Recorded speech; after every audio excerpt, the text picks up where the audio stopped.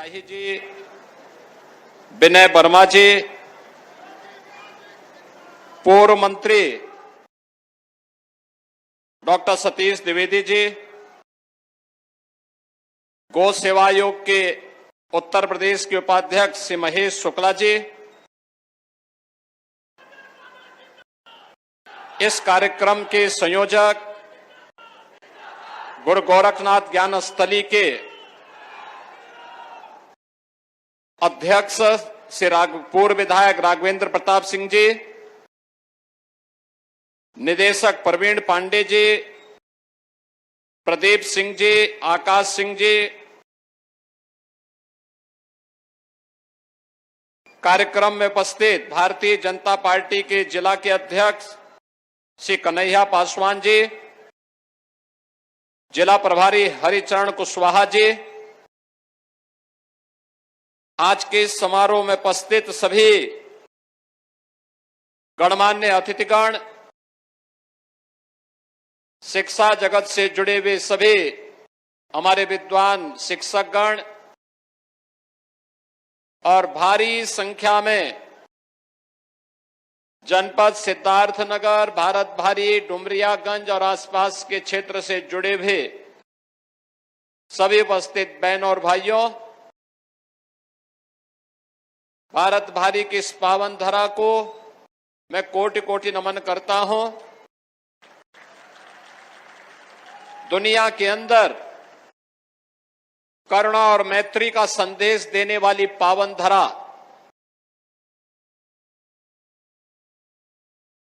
राजकुमार सिद्धार्थ, जिनके नाम पर ही सिद्धार्थनगर जनपद पड़ा है, इस पावन धरा को मैं कोटि कोटि नमन करते हुए आप सबका हृदय से अभिनंदन करता हूं।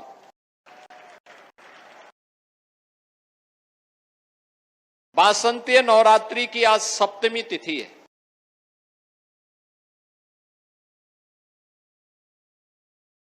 महाकाली को समर्पित है।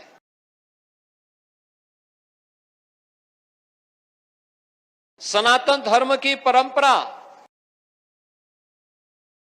तमसो मां ज्योतिर्गमय से प्रारंभ होती है और मुझे लगता है आज उसी जीवन के अंधकार को मिटाने के लिए महाकाली की आराधना की तिथि भी है।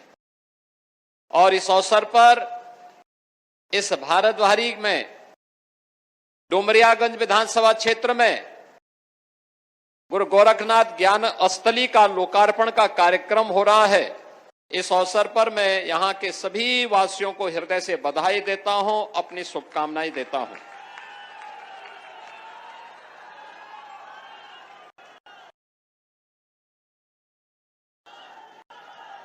बहनों और भाइयों, भारत की परंपरा ने सदैव से ज्ञान की आराधना की है, सदैव से। और इसीलिए भारतीय मनीषा ने इस बात पर विश्वास किया है, आनो भद्रा कर्तवो यंतो विश्वत, यानी ज्ञान के लिए चारों ओर खुला छोड़ो। जहां से भी ज्ञान की धारा आप तक पहुंच सकती है, उसका स्वागत होना चाहिए, उसका अभिनंदन होना चाहिए, क्योंकि वही जीवन में हमारे लिए प्रगति के अनेक मार्ग प्रशस्त कर सकता है। वहीं से ही जीवन के आलोकित होने के मार्ग प्रशस्त होने हैं और जीवन के उस आलोकित होने के मार्ग का स्वागत समाज के हर प्रबुद्ध जन को, हर सज्जन शक्ति को सदैव करने के लिए तैयार होना चाहिए। और श्रीमद् भगवत गीता भी यही बात कहती है कि न ही ज्ञानेन सदृश्यम पवित्रम मिह विद्यते। एक बदले हुए प्रवेश में आज मुझे, उस समय जब हम लोग 2008 में यहां आए थे, तब चुनौतियां ढेर सारी थी, ढेर सारी चुनौतियां थी। तत्कालीन सरकारों के एजेंडे में विकास नहीं हुआ करता था, अराजकता चरम पर थी। असुरक्षा का वातावरण था। न बेटी सुरक्षित थी, न व्यापारी सुरक्षित था। चारों ओर अव्यवस्था का वातावरण था। तत्कालीन सरकारों के एजेंडे में शिक्षा कहीं भी नहीं आती थी और बार बार हमारे पूर्वज इस बात को मानते रहे कि शिक्षा के लिए जितना कुछ भी किया जाए वह कम है। और आज हम इस बात को कह सकते हैं कि शिक्षा में किया जाने वाला कोई भी निवेश और शिक्षा पर किया जाने वाला कोई भी खर्च कभी व्यर्थ नहीं जा सकता है। वह सदैव आपके जीवन में कुछ न कुछ अच्छा करके दिखाएगा। लेकिन कितना परिवर्तन हुआ है पिछले 10 वर्ष में आपने बदलते हुए भारत को देखा है। 10 वर्ष में बदलते हुए भारत को देखा, एक नया भारत का दर्शन हो रहा है। कभी भारत के सामने पहचान का संकट था, आज ये नया भारत है। एक भारत है और श्रेष्ठ भारत भी है। ये भारत अब दुनिया का पिछलग्गू नहीं बल्कि दुनिया की 5वीं बड़ी अर्थव्यवस्था बन चुका है और आने वाले समय में मात्र 2 वर्ष में भारत दुनिया की 3री बड़ी अर्थव्यवस्था बनेगा, इसमें कोई संदेह नहीं। आज प्रधानमंत्री मोदी जी के नेतृत्व में जीवन के हरेक क्षेत्र में व्यापक परिवर्तन हमें देखने को मिला है। क्या वह शिक्षा का हो, क्या वह स्वास्थ्य का हो, क्या वह रोजगार का हो, क्या वह निवेश का हो, विरासत और विकास एक नए पहचान के रूप में पूरे देश को आगे बढ़ाने का कार्य कर रहा है। एक नए भारत का दर्शन हो रहा है। वह भारत अब दुनिया का पिछलग्गू नहीं बल्कि दुनिया को अपने पीछे चलने के लिए मजबूर करने वाला भारत है। अपने पुरुषार्थ से दुनिया को अपने पिछलग्गू बनाने के लिए मजबूर करने वाला भारत है। और यही कारण है इस नए भारत को हर एक व्यक्ति कौतूहल की निगाहों से देख रहा है। दुनिया में कहीं नहीं हुआ होगा जब पूरा देश एक स्वर में अपने नेतृत्व के साथ खड़ा होकर के बोलता है, तब 500 वर्षों की दास्ता की बेड़ियां टूटती हैं और अयोध्या में राम जन्मभूमि फिर से भव्य स्वरूप लेता हुआ दिखाई देता है। जब पूरा देश अपनी विरासत पर गौरव की अनुभूति करता है, तब महाकुंभ में 66 करोड़ से अधिक देश और दुनिया का श्रद्धालु आकर के भारत के सनातन की सामर्थ्य को दुनिया के सामने प्रस्तुत करने में सफल हो जाता है। ये नया भारत है। इस नए भारत ने अपने सामर्थ्य की ताकत का एहसास भी कराया है, अपने सौहार्द की और सद्भाव की ताकत का एहसास भी कराया है और इसी ने दुनिया को यह संदेश भी दिया है कि बल बुद्धि और वैभव में भले ही हम कितने भी मजबूत क्यों न हो, लेकिन हम जबरन किसी पर आधिपत्य न स्वीकार करेंगे और न किसी का बलपूर्वक किसी का ग्रहण ही करेंगे। दुनिया में इतिहास इस बात का साक्षी है, किसी भी कालखंड में भारत ने तलवार के बल पर किसी पर शासन नहीं किया, किसी पे नहीं किया। आप याद करिए, माता सीता को ढूंढते ढूंढते ढूंढते ढूंढते वनवासी गिरवासी बंदर और भालुओं के साथ भगवान राम लंका पे गए, लंका पे चढ़ाई की, वहां युद्ध किया और युद्ध करने के बाद लंका पर विजय प्राप्त किया। लेकिन अभिषेक विभीषण का करके भगवान राम वहां रुके नहीं।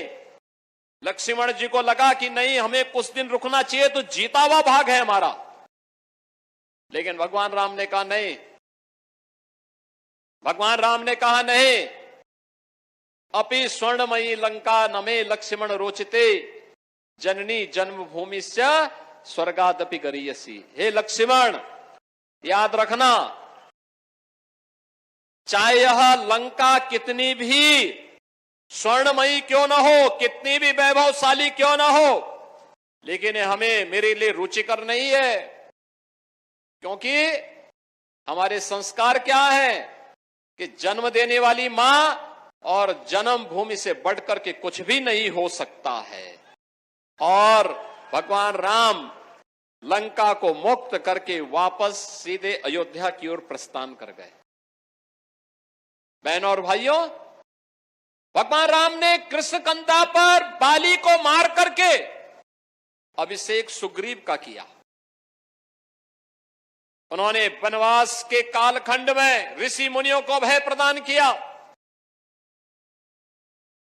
और पूरे दंडकारण्य को जिस सुखद अनुभूति का एहसास कराया था, आज भी वह भारत का सबसे समृद्ध खनिज और वन संपदा का क्षेत्र बना हुआ है। आज भी उस क्षेत्र में हम जब देखते हैं कि भारत के कितना समृद्धशाली क्षेत्र रहा होगा, हजारों वर्षों की विरासत का प्रतीक, उस परंपरा को आज भी हम लेकर के चलते हैं। बहनों और भाइयों, इतिहास का कोई भी कालखंड होगा दुनिया के अंदर, भारत की परंपरा से निकले हुए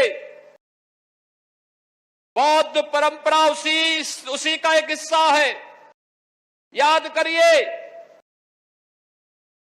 राजकुमार सिद्धार्थ का बचपन इसी सिद्धार्थ नगर और लुम्बिनी में व्यतीत हुआ था। यही वह क्षेत्र है। ज्ञान प्राप्त करने के बाद बुद्ध कहलाए। महात्मा बुद्ध के रूप में, गौतम बुद्ध के रूप में उनकी ख्याति हुई। उन्होंने अपनी कर्म साधना की स्थली इसी पूरे क्षेत्र को व्यतीत किया। सर्वाधिक चातुर्मास इसी श्रावस्ती में व्यतीत किए। संन्यास प्राप्त करने के बाद कुछ समय के लिए लुम्बिनी आए। उन्होंने यहां की व्यवस्था को देखा। दुनिया के अंदर उनके अनुयायियों ने बौद्ध धर्म का प्रचार प्रसार किया। जहां पर लोगों में सभ्यता नहीं थी, वहां सभ्यता और शिष्टाचार सिखाया। बौद्ध धर्म के करुणा और मैत्री के संदेश के माध्यम से उन्होंने दुनिया को अपनी ओर आकर्षित किया। आज दुनिया में बड़े बड़े देश, जापान हो, कोरिया हो, लाओस हो, या दुनिया के वे तमाम बड़े देश बौद्ध देश के रूप में दुनिया की एक ताकत रखते हैं। बुद्ध के प्रति अपना समर्पण का भाव रखते हैं। लेकिन बुद्ध ने तलवार के बल पर नहीं, उनके अनुयायियों ने भारत के ज्ञान की इस परंपरा के बल पर दुनिया को अपनी ओर आकर्षित किया और अपना अनुयायी बनाया है। ये भारत की ज्ञान की वो परंपरा है जिस समृद्ध परंपरा के साथ जुड़ने का सौभाग्य हमें प्राप्त हुआ है। याद रखना, विरासत और विकास का जब बेहतर समन्वय होगा तब जीवन कल्याणकारी होगा। और भारत ने उसी कल्याण के मार्ग का प्रशस्त किया है। याद करिए, पहचान का संकट 14 के पहले क्यों देश के पास था?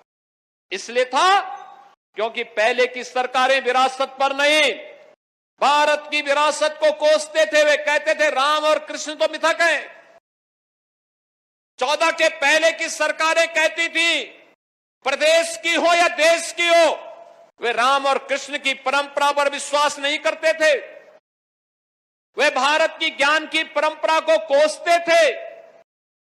वे भारत को भारत बने रहने के लिए नहीं, बल्कि भारत की परंपरा को हर प्रकार से अपमानित करना ही अपना जन्मसिद्ध अधिकार समझ लिए थे।